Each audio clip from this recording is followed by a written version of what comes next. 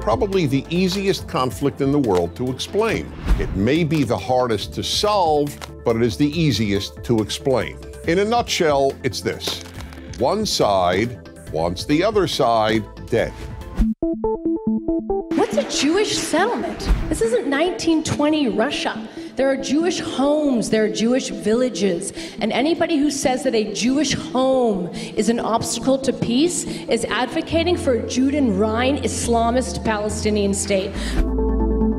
I issue one challenge. Name a single country in the history of the world faced with threats comparable to those threats faced by Israel that has ever had a better record of human rights, a better record of concern for civilians, a better record of sensitivity toward legal issues and the rule of law. In 100 speeches in which I've issued that challenge, no one has ever come up with the name of a country that has a better record than Israel faced with comparable threats.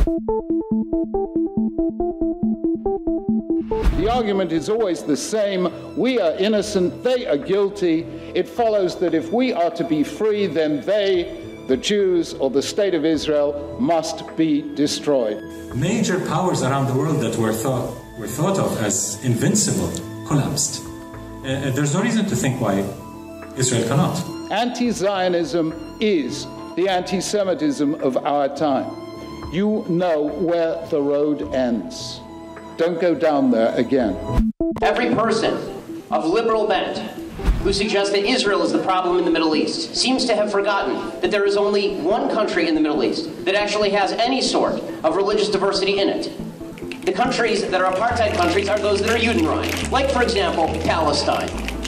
So for us to sit here and pretend that Israel is somehow in a lower moral plane is a direct manifestation of anti-Semitism. To hold Jews to Mayor, you have said many times that Israel has the right to defend itself, but looking at this conflict, what do you say to those who criticize the efforts and cite the fact that they believe that this force is excessive?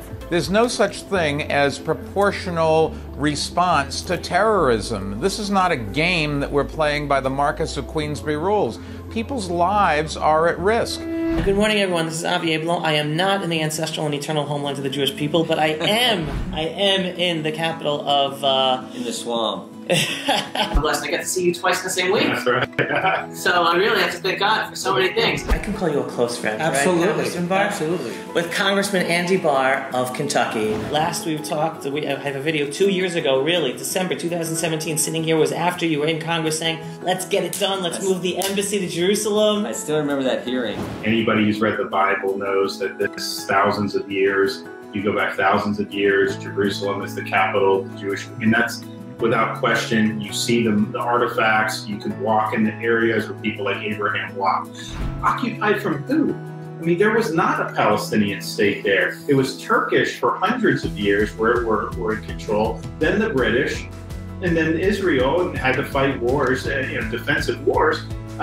So you never had a Palestinian state. Recognizing Jerusalem, is that going to derail the peace process? I'm thinking to myself, peace process, you have Palestinian Arabs, when the terrorists kill Jews, their families get paid salaries and pensions. And some of that is American tax dollars that are being used for that. It's totally unacceptable. BDS is the very embodiment of the vile anti-Semitism that we saw even in the 1930s. And so it is so important as we reflect upon that terrible history. The BDS movement must be defeated, emphatically defeated. Israel is only the world's 152nd biggest country, but it's always one of the first to send disaster relief all over the globe.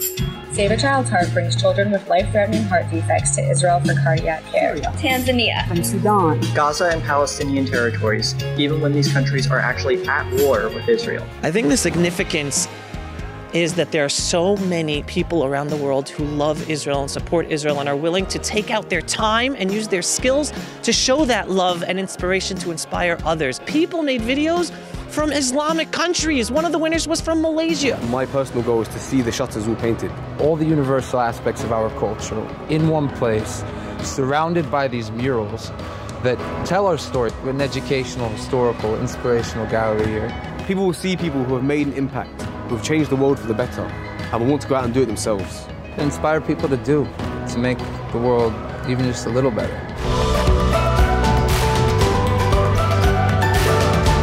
We are live. Shalom, Caroline. Good to see you again, Avi. What the United States is doing in Vienna with the Russians and the Chinese and the European Union is they are giving Iran an open road to becoming a nuclear armed state and a regional hegemon. When you're faced with a world that's full of lies, that you have to go with the things that you absolutely know are true. And so, you have to take care of your family, you have to take care of your communities, you have to build out from inside. Being vocal for a movement that wants to destroy America, destroy Israel, and the Western world is not my way of helping make a better world.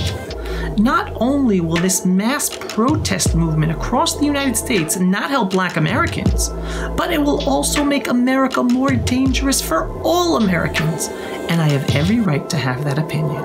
Most people, when they come to the Western Wall, you know what they call it? The Western Wall. But you were much more correct in calling it the Western Wall of the Temple Mount. Because that is the importance. It's exactly what it is. It's not just a wall for wall's sake. It is a part of the temple itself, which is, God willing, someday fully restored. We've come home, we've come home, and we'll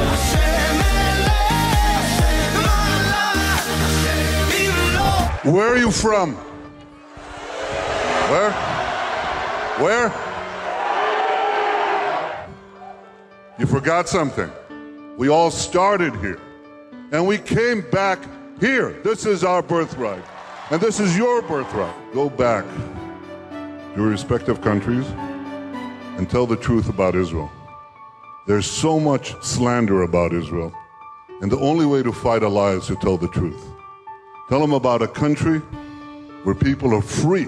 And if I said, what is the greatest battle that we face? Of course, we live in a tough neighborhood, and we have to defend ourselves. And we have the bravest soldiers in the world to do that. But the most important battle that we have to fight is the battle for the truth. And all of you can become ambassadors for the truth and ambassadors for Israel.